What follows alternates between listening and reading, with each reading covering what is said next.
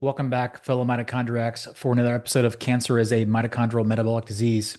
I just want to say that I really appreciate the positive feedback I got by doing the first video response to this particular research paper and the subsequent YouTube video that highlighted and subsequently confused and scared some of the audience. I will be the first to recognize that I don't know everything. In fact, that it feels like I'm just scratching the surface for what is needed to be known to really help people that in the way that I would want to with these terrible diseases. That being said, if the only real thing that I can do with this channel is to help calm fears, provide encouragement, and motivate you to stay the course, then that is what I will continue to do day in and day out. So without further ado, let's continue to deconstruct this paper and see what we can learn from it. So in the first video, we went over the intro to this new scary paper of the month. We had some critical rebuttals to what the paper was saying. Most notably, it was talking about the fact that mitochondria are thought to be normal in both number, structure, and function for cancer compared to normal cells, and that they are able to become metabolically flexible depending on the nutrient availability. We then looked at and critiqued how they were saying that these metabolically flexible TICs, these tumor initiating cells, were able to switch from glucose to ketones despite the fact that they are in hypoxic environments. And then we looked at the TIC versus ADH glucose consumption and the subsequent upregulation of ketone machinery by these TIC cells compared to their ADH counterparts. And we're going to continue on by looking at and deconstructing what they mean by ketone utilization, whether or not these experiments were done under both low glucose and glutamine conditions, and look at what they mean by the ketogenic diet grows these TIC lung cancer cells. And then we'll go back into further looking at utilization of ketones. And then in the next video, we're going to talk about specifically the MCT transporters. And that is something that I did not talk about during the glycolysis series, just because it seemed like the audience was a little bit exhausted with the glycolysis series, and I did not complete the series by talking about MCT transporters. But given that this paper specifically talks about MCT transporters for ketone transport as well as the therapeutic blockade of those transporters, I think it would be a good time to go ahead and finish that glycolysis and talk about once and for all these MCT transporters in a separate video. So let's start with the first part of the quote unquote utilization of ketones. And so they did experiments on these TIC cells, and they did experiments by putting them under extremely low glucose conditions. And if you remember right from the prior video, that ended up being about 1.4 millimoles of glucose, which is about 25 milligrams per deciliter of glucose. So extremely low glucose. I will agree with that. And then what they did was they gave them varying amounts of acetoacetate, which I thought was interesting because acetoacetate is not typically found in high amounts, even under strict ketosis, but that's what they gave. They gave acetoacetate. So as you can see here, with giving zero acetoacetate, you saw effectively no growth by these cells, even after day 6. If they gave 0.25 millimoles of acetoacetate, you saw very little change. At 0.5 millimoles, you saw some growth, but not exponential growth by all means. And then if you gave 1 millimole, it is actually slightly less than the 0.5 millimoles. And then when they started giving higher amounts of acetoacetate, 2.5 millimoles and 10 millimoles respectively, is where you start seeing additional growth for these lung TIC cells. Remember, they are upregulating under low glucose conditions the machinery needed to break down glucose. So here's acetoacetate. This is what they're giving. They're just giving acetoacetate. And that acetoacetate is going to get broken down further into acetyl-CoA potentially. We'll talk about the problems with that in terms of an energetic and a bioenergetic perspective. But bottom line, they're giving varying amounts of the ketone acetoacetate to these lung TIC cells, and they're looking at how much relative growth after about 6 days. This is a supplementary table where they looked at the ADH cells, the non-tumor initiating cells, and they gave them ultra low glucose consumption diets or ultra low glucose conditions, as well as either no ketones or 10 millimoles of acetoacetate. And under these conditions, you see that the black, there was very little growth and no growth at 6 days. And then when they gave 10 millimoles of acetoacetate to these ADH cells, these cells showed also no growth after 6 days.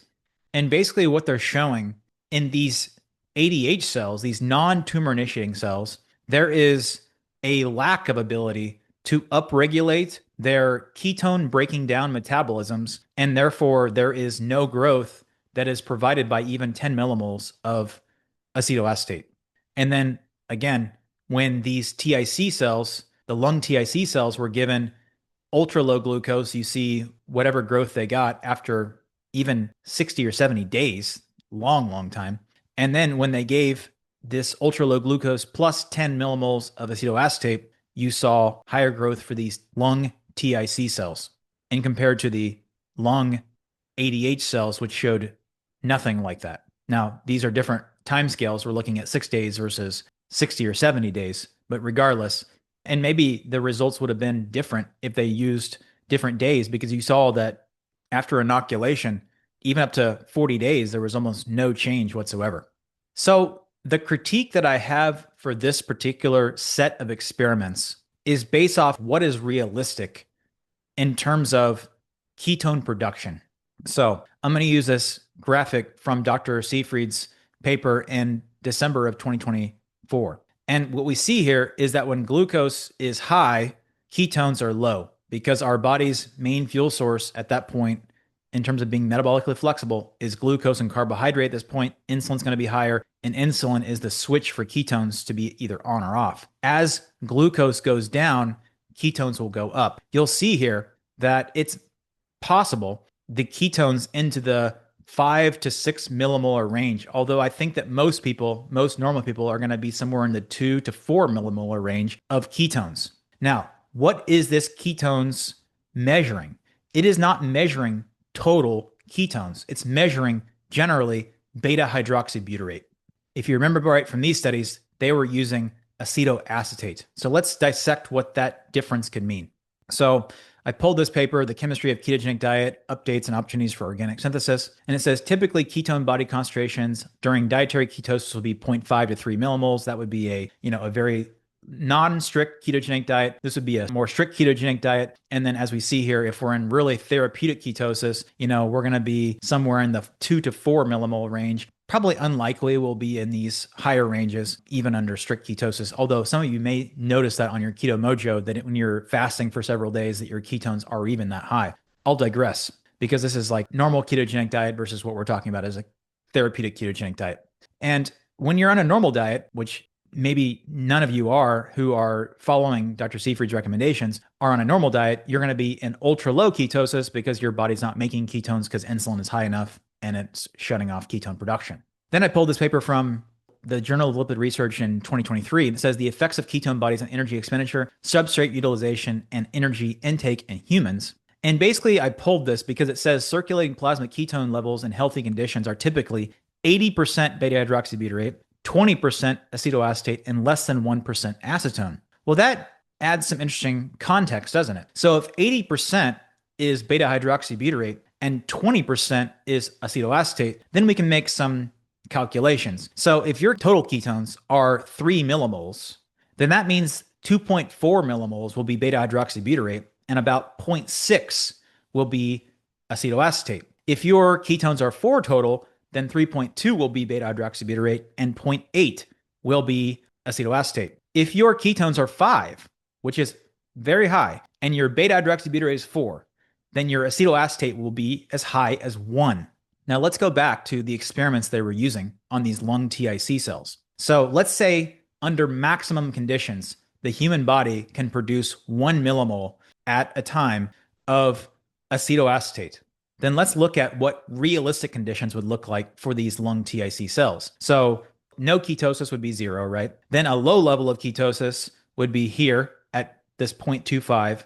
A moderate amount of ketosis would be this 0.5, and then a very high, deep level of ketosis would be 1. And we see here that actually there's diminishing returns at physiologic levels of ketones. When we see these growth happening, we're seeing it at levels that are likely unable to be achieved on a ketogenic diet or with therapeutic fasting. The 2.5 is arguable that that could be ever achieved on a ketogenic diet or multi-day fasting. 10 millimoles, I'm saying, is absolutely impossible, and it should be just completely ignored because this is not at all physiologically possible or realistic in the setting of human physiology.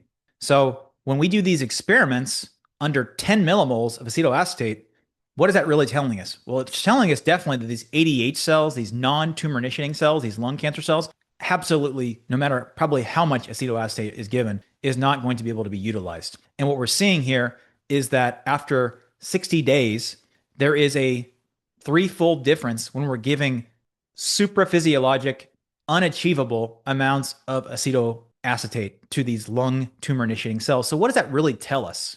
It really would have been nice if they would have done a further experiment like this where they were using like 40, 50, 60 days with these lung TICs. And instead of giving 10 millimoles, they gave the 0.25, the 0.5, the 1 to see what actually happened under those circumstances. Because I would almost bet it would be what we see here, where you see a somewhat increase and then a drop off over time. And who knows, at 60 days, it may be back to zero because these ketone bodies actually have anti-cancer effects generally under physiologic conditions. We've seen them under superphysiologic conditions. In other papers we've analyzed, and some of the other papers, the pancreatic cancer paper in particular, they were using up to 250 millimoles of beta-hydroxybutyrate and acetoacetate. I have no idea why they would use those concentrations, but under those extreme concentrations that are no way, shape, or form possible to achieve physiologically without probably killing a patient immediately through ketoacidosis, they would show that it has some effect on some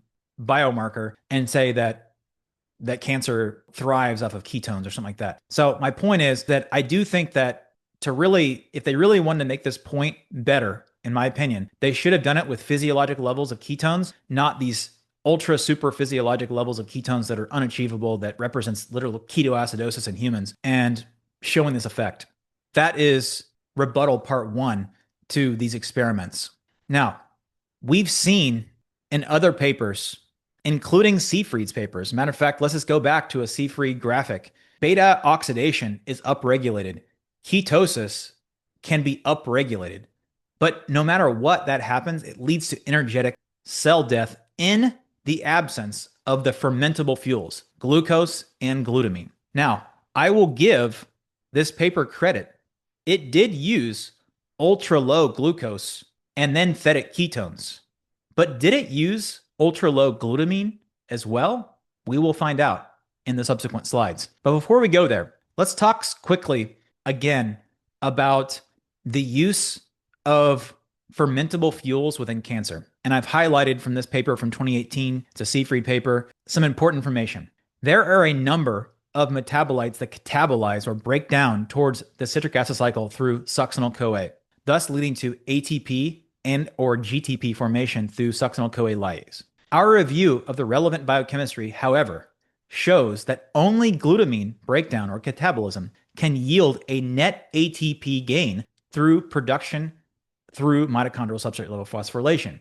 What does that mean? It means that other amino acids could potentially be fermented.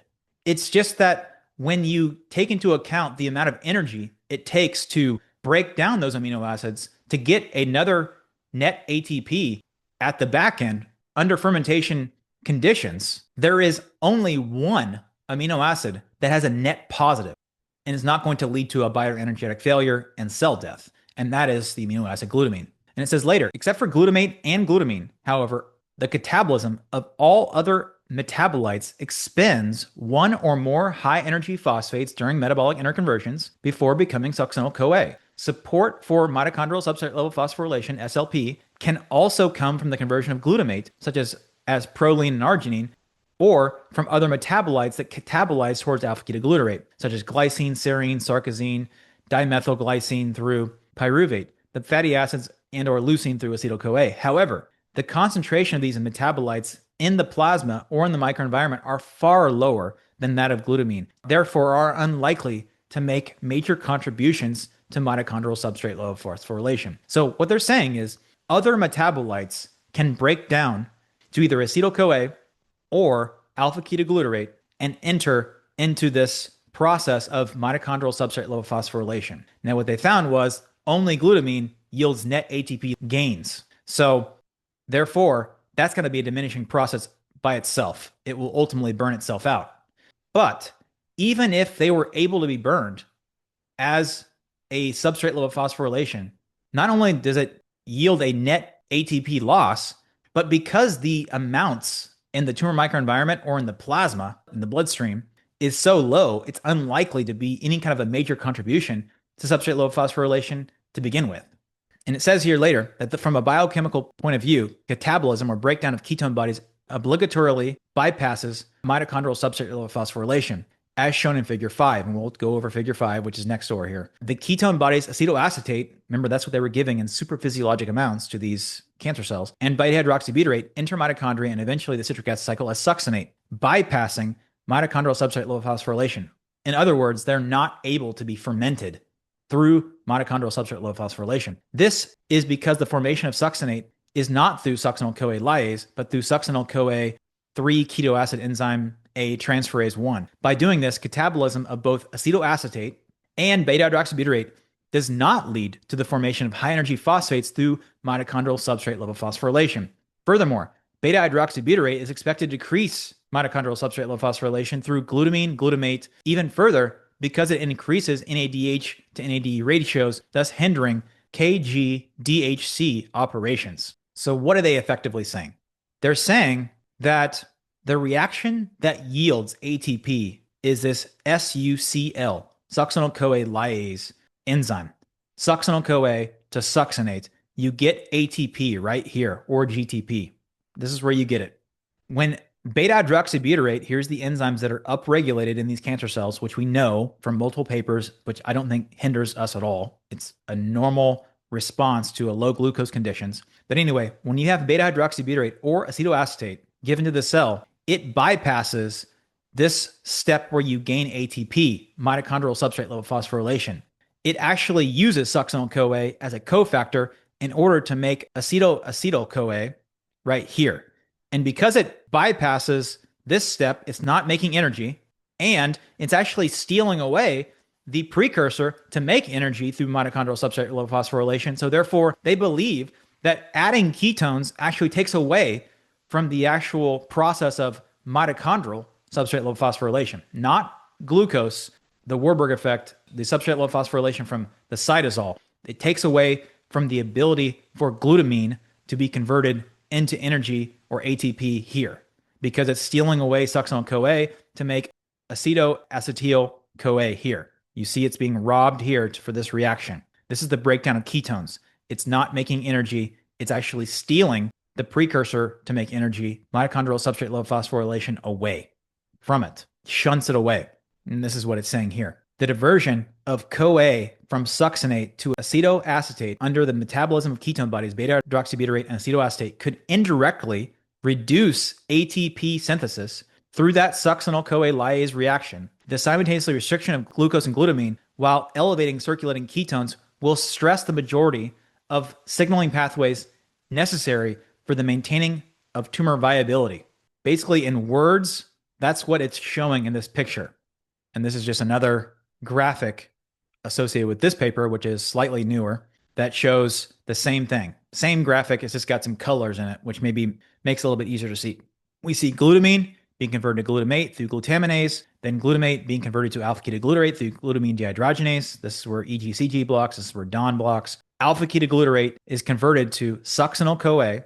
Succinyl-CoA is converted to succinate through this SUCL, succinyl-CoA lyase enzyme, to make ATP. This is mitochondrial substrate level phosphorylation. This is the energy made from glutamine. What they're arguing is not only does the breakdown of beta hydroxybutyrate and acetoacetate bypass this step, aka they cannot be fermented, but it actually requires succinyl-CoA as a cofactor to make the next step in the metabolism of ketones, and therefore robbing this is actually a way that it actually reduces further the amount of mitochondrial substrate level phosphorylation from glutamine into ATP right here. So they're saying that by being under a glucose and a glutamine restricted conditions and adding ketones, that would actually lead to further energetic failure than just restricting glucose and glutamine by itself. And then this is the newest paper that was published in 2024. And it says the results that showed that glutamine was a source of ATP content irrespective of oxygen. No other amino acid could replace glutamine in sustaining ATP content and viability. ATP content persisted in the absence of glucose and under hypoxia, ruling out substantial contributions to either glycolysis or oxidative phosphorylations under these conditions. Mitochondrial complex 4 inhibition showed the oxygen consumption was not an accurate measure of ATP production through OXPHOS. That's a questionable assumption. It later says that the addition of glutamine, 55%, glutamate, 42%, glycine, 7%, increased bioluminescence relative to baseline after 24 hours. Glutamine was the only amino acid that increased bioluminescence above baseline after 48 hours. Cysteine and methionine, two sulfur-containing amino acids, were consistently inhibitory across multiple brain cancer cell lines. This observation is inconsistent with previous studies suggesting that methionine restriction may be inhibitory for cancers through epigenetic mechanisms. I think that's an argument for another day because they may not be talking about giving cysteine and methionine for energy. It may be for redox homeostasis. I think that's another argument. I think the main argument to be made here is that when there is no glucose and no oxygen, glutamine is the only amino acid that can continue growth for cancer cells.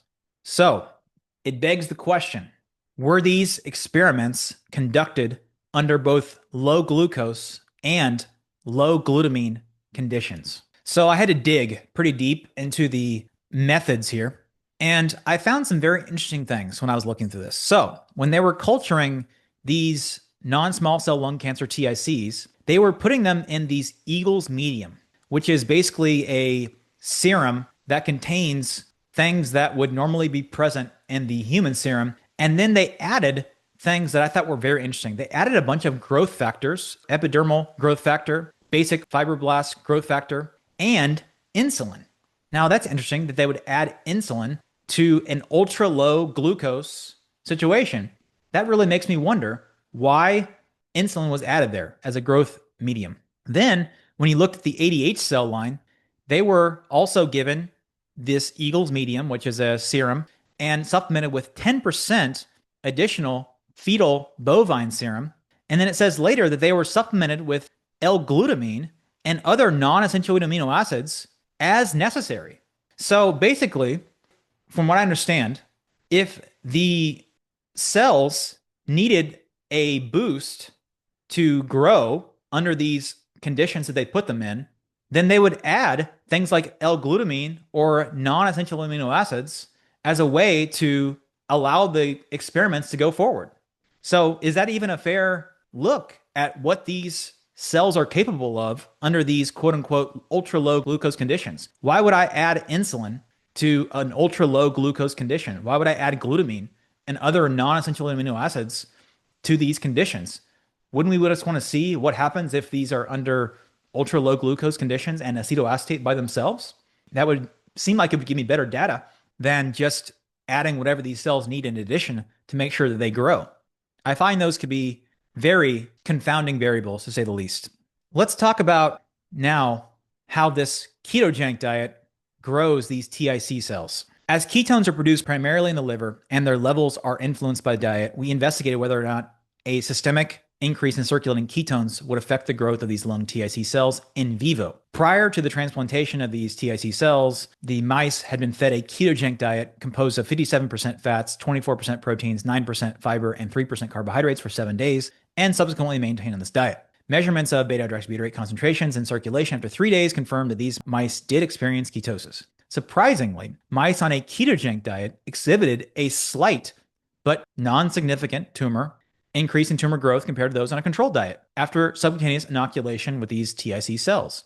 This contrasted with tumors generated from these ADH cells, the non-tumor initiating cells, which exposed to a ketogenic diet formed a much smaller tumors. To understand if the tumor cells of mice exposed to different diets were functionally different, we performed a tumor repopulation study by retransplanting dissociated tumor cells from both ketogenic and control diet-fed mice into a new batch of mice sustained on a control diet only. Strikingly, retransplanted tumor cells from mice previously exposed to a ketogenic diet retained remarkable tumorigenic potential and gave rise to significantly larger tumors rapidly compared to those maintained on a control diet.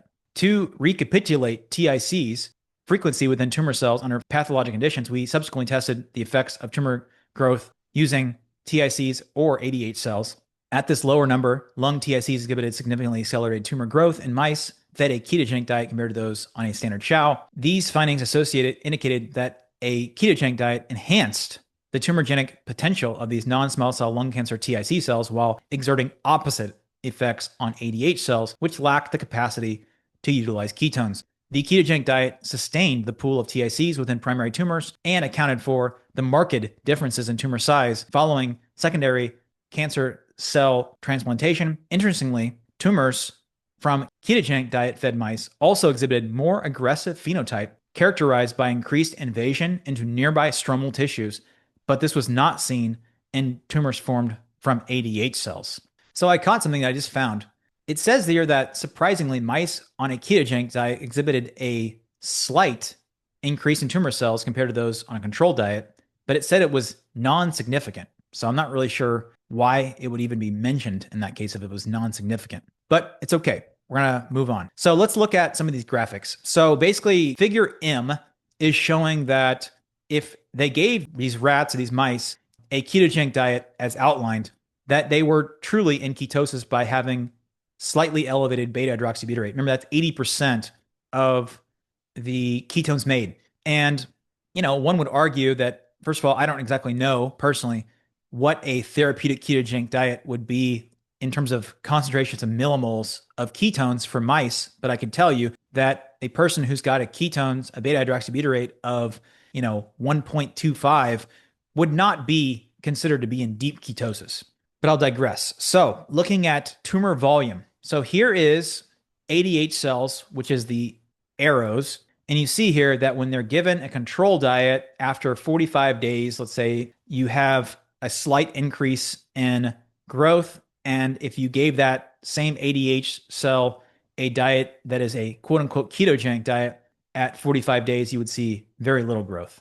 However, the TIC cells, they were given a control diet and it showed a much higher growth. They seem to be, no matter what diet is fed, they are much more aggressive within a shorter amount of time. There's no question about that.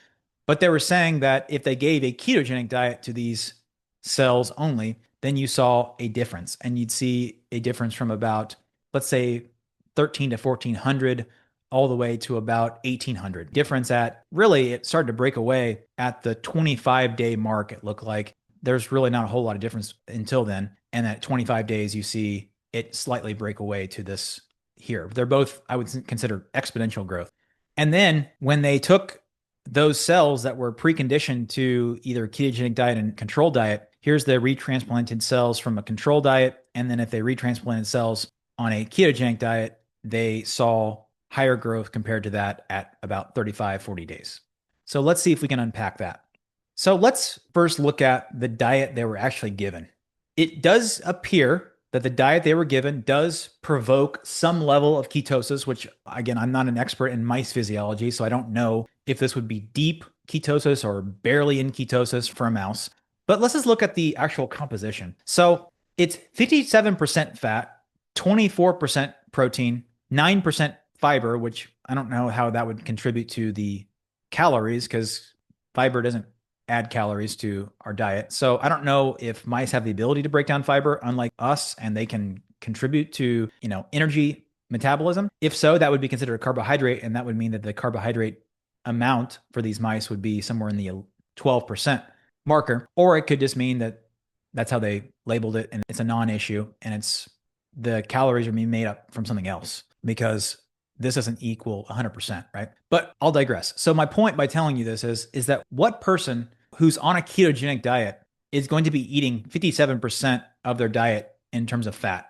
I'll tell you that's a low amount for a ketogenic diet in general, and it's a low amount for a therapeutic ketogenic diet. So I don't believe this to be really accurate of a true ketogenic diet.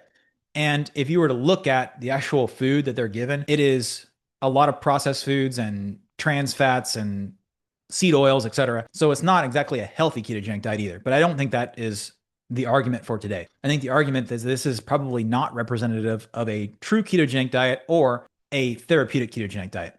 I also, when digging through the methods, found that food, water were available ad libitum to these mice. And what I'll say is a couple of things is that, especially for mice, because this is where, Seafree does the majority of his work. I found this paper from 2007, and it basically says that we found that keto cow, a nutritionally based and commercially available ketogenic diet for children with epilepsy, significantly reduced the orthotropic growth and vascularity of mouse astrocytoma and human gliomas. Moreover, keto cow significantly prolonged survival in these tumor-bearing mice. It is important to mention that the anti-angiogenic and inflammatory growth effects of keto cow were observed only when the diet was administered in restricted amounts, but were not seen when the diet was administered ad libitum. So my point by giving you this information is, at least it seems for mice, because of their metabolic rates, is that you cannot see the benefit of a ketogenic diet, even a properly structured ketogenic diet, within mice if you allow them to eat however much they want whenever they want. The findings seem to be for these mice that are under strict calorie controls. And so I do think that this is an important piece of information when we look at what happens when they're fed these ketogenic diets, because they're given unlimited amounts of food whenever they want effectively. I also believe that the structure of the ketogenic diet that they are given is not truly a ketogenic diet. And I wanted to use this as a marker. So you hear this is a standard ketogenic diet, 75% fat. That's not 50% fat. That's not 53% fat as seen in the chow that they're giving these mice. It's a much higher fat and it's a much lower protein. And that's a standard ketogenic diet. When we're talking therapeutic ketogenic diet, we're talking about the minimal amount of protein necessary to maintain muscle mass and function, and while minimizing the effects of gluconeogenesis. So I do think that those are some critical things that are not addressed in this particular paper when really trying to throw the ketogenic diet in the bus. That's what I was trying to say is, although maybe by looking at the title and even the abstract, you would maybe think that this is not really a hit piece on ketosis, but it is attempting to be a hit piece on ketosis. I think that this is a good place to stop, because in the next section, when we're talking about utilization of ketones, again, that word, utilization of ketones, which is a very nuanced word that is misinterpreted, and it really muddies the waters to understand what is really happening with these ketone bodies within these tumor cells. I want to save that for its own specific video. So if this helps you feel more confident by staying course with your ketogenic diet and gives you better understanding about the nuances with ketogenic metabolic therapy as a whole, please like, share, and subscribe. And until next time.